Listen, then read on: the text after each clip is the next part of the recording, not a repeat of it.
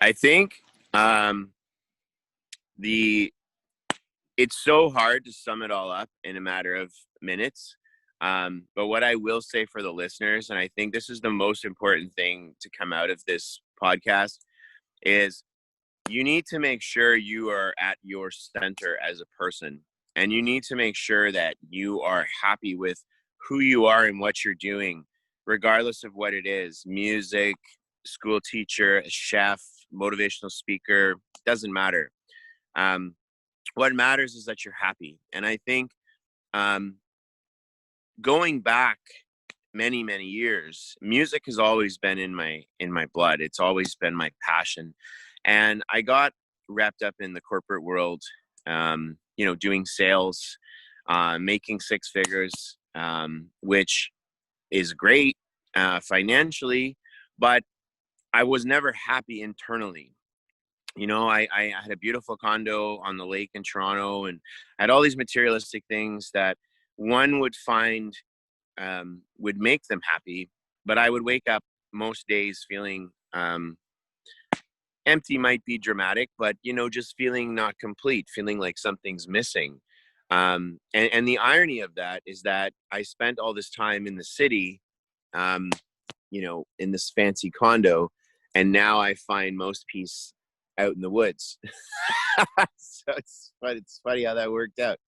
Um, but I think what led me to back to music was I was dating someone for 3 years, and we we split very quickly. It happened very fast, and I was sitting in my empty condo thinking, there's got to be more to life than this.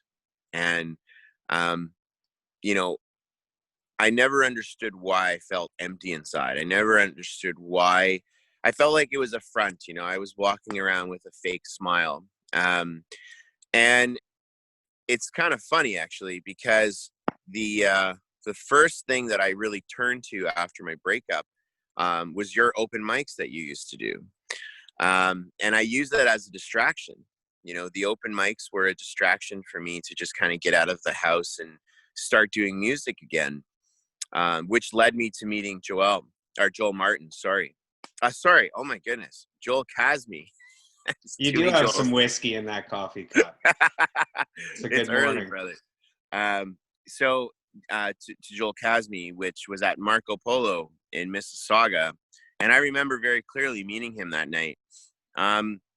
So I'm very much a believer in the law of attraction. I'm a very much a believer in, my saying thoughts become things, and the universe will find its way to you if you let it.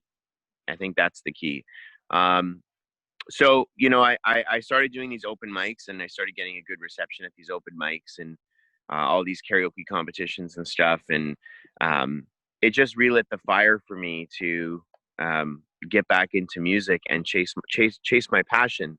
As far as, burning all my boats, as you say, um, I'm an all in kind of guy.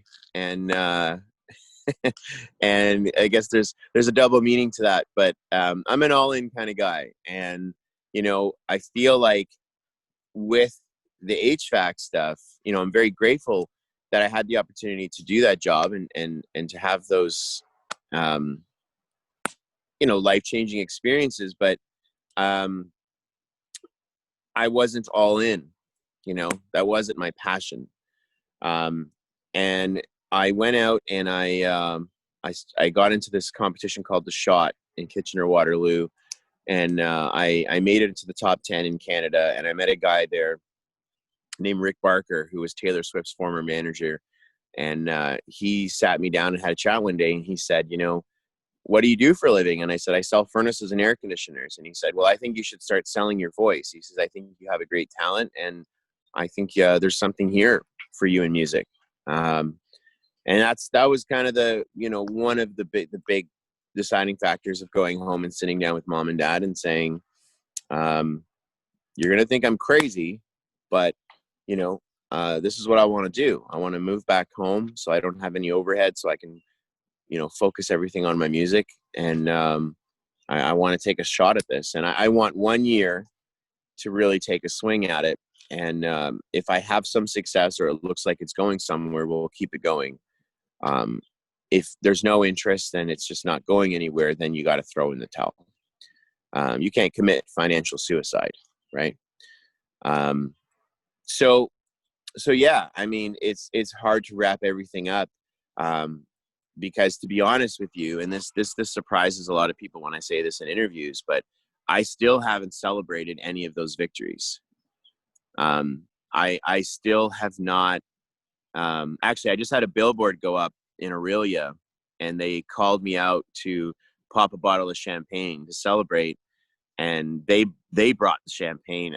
It wasn't even my idea, but you know, it's why I bring that up. It's important to celebrate the victories, but I feel like I've had my head down for so long, and I've just been working really hard, that I'm nowhere close to the finish line in my mind. So I'm very grateful, and I show that gratitude online to my fans. And um,